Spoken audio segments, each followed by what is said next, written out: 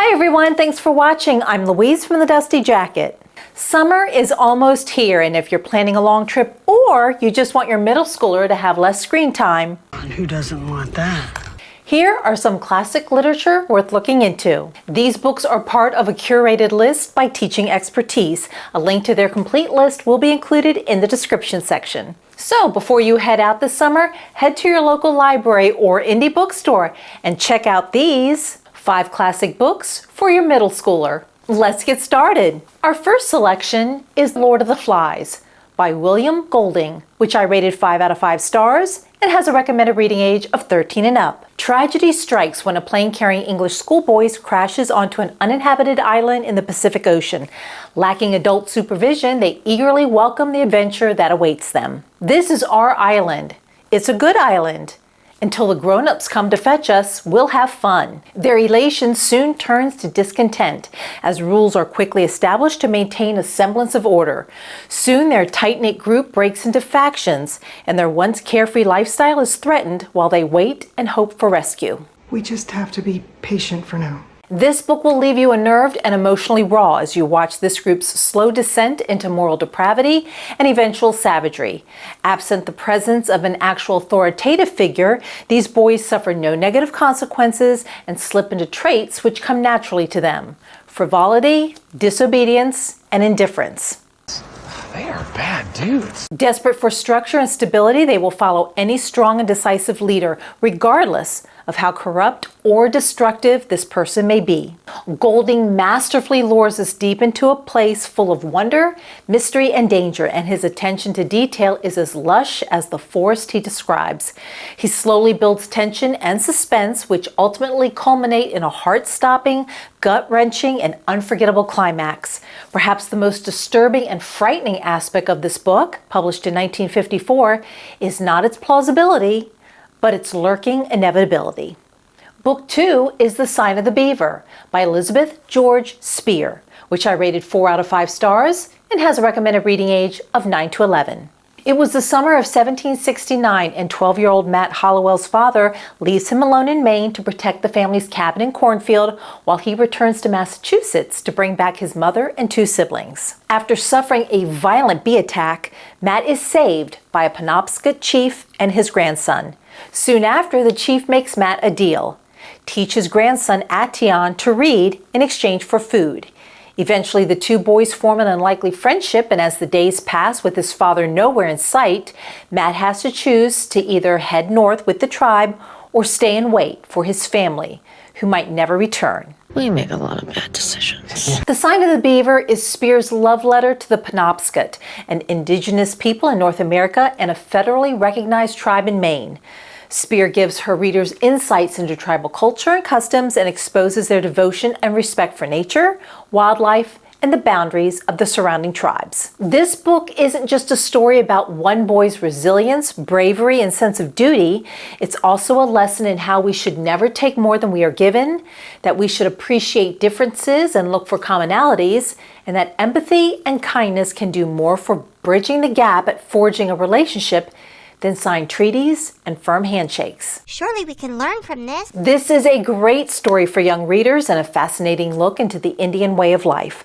Although there are a few scenes of animal cruelty and suffering, Spear sticks to keeping this book authentic by not avoiding the uncomfortable, thus making this book a valuable read. Book number 3 is Esperanza Rising by Pam Munoz Ryan, which I rated 5 out of 5 stars and has a recommended reading age of 9 to 12. Esperanza was the pride and joy of her papa, Daddy's little girl. the daughter of wealthy ranchers. She had everything a 12-year-old could possibly want, but not far beyond the borders of El Rancho de las Rosas, trouble brewed in Aguascalientes, Mexico. It was 1930 and the revolution in Mexico had happened over 10 years ago, but there were still those who resented the wealth and circumstances of the local landowners. I hate those people.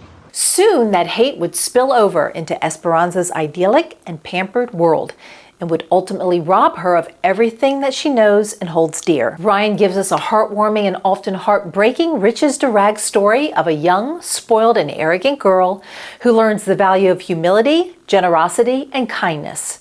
Inspired by her own grandmother, Esperanza Ortega, Ryan shows us the lavishness and bounty of a prosperous Mexican ranch, as well as the poverty, squalor, and hardship endured by migrant workers living in company farm camps. She also provides insight into the Mexican repatriation, which included the deportations of thousands of legalized and native United States citizens to Mexico between 1929 and 1935. In addition to giving readers a story overflowing with moral lessons, Ryan also gives us a character who slowly begins to realize that life is more than fancy dresses and porcelain dolls. Through humiliation, heartache, and despair, Esperanza begins to understand how life is like her father's beautiful rose garden. There is no rose without thorns, and that is when Esperanza finally begins to bloom. The fourth book is The 100 Dresses by Eleanor Estes, which I rated 5 out of 5 stars and has a recommended reading age of 7 to 10. How did it all start? Maddie wasn't quite sure, but then she remembers. It started with a girl, Wanda Petronsky, who lives on Boggins Heights with her dad and brother. Wanda comes to school every day in the same faded blue dress that doesn't seem to hang right. She sits in the far corner of the classroom and nobody seems to pay her much mind, except that her last name is silly and hard to pronounce. She's practically invisible until the day when Wanda finally wanted to be included and told a group of girls that she had 100 dresses at home. Who knew that a single sentence could have such an effect, not just on Wanda, but on so many more? Sounds like a really sad book. Oftentimes, a book or story acts as a balm, more for the author than the reader. It's a last-ditch effort to make things right, to right a wrong.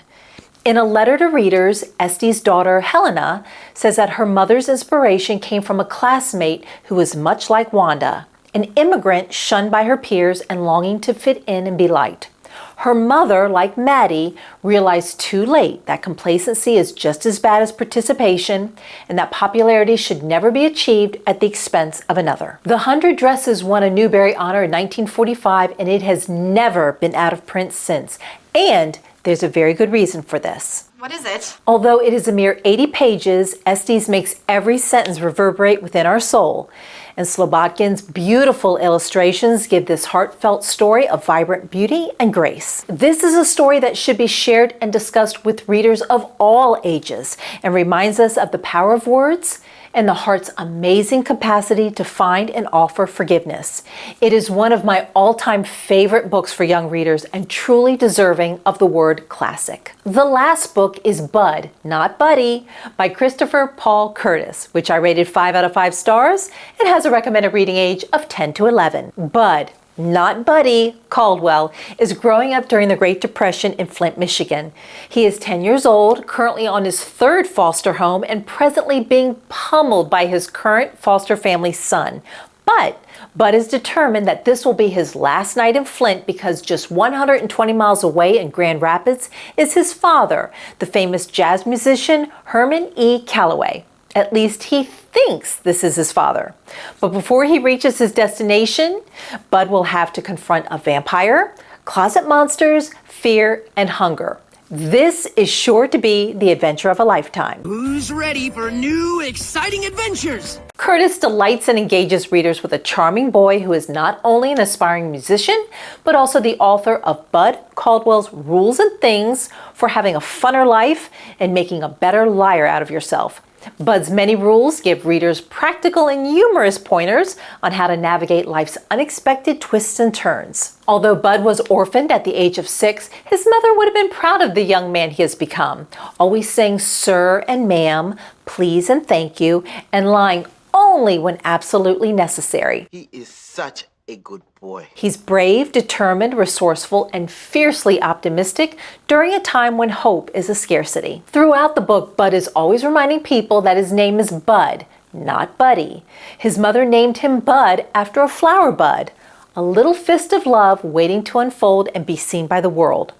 Whether the name made the boy or the boy made the name, we know Bud has plenty of love to share and enough spirit to make his own warmth and to shine his own light. Well, that's it. I'll include a link to our Goodreads page in the comments section should you wish to read the full review of any of these books. And if you enjoyed this video and want to see more just like it, just click on the like and subscribe buttons and don't forget to hit the bell so you'll know when new videos become available. Again, thanks for watching, and I look forward to bringing back some old titles so that you can make new memories, because anytime is a good time to dust off a new favorite.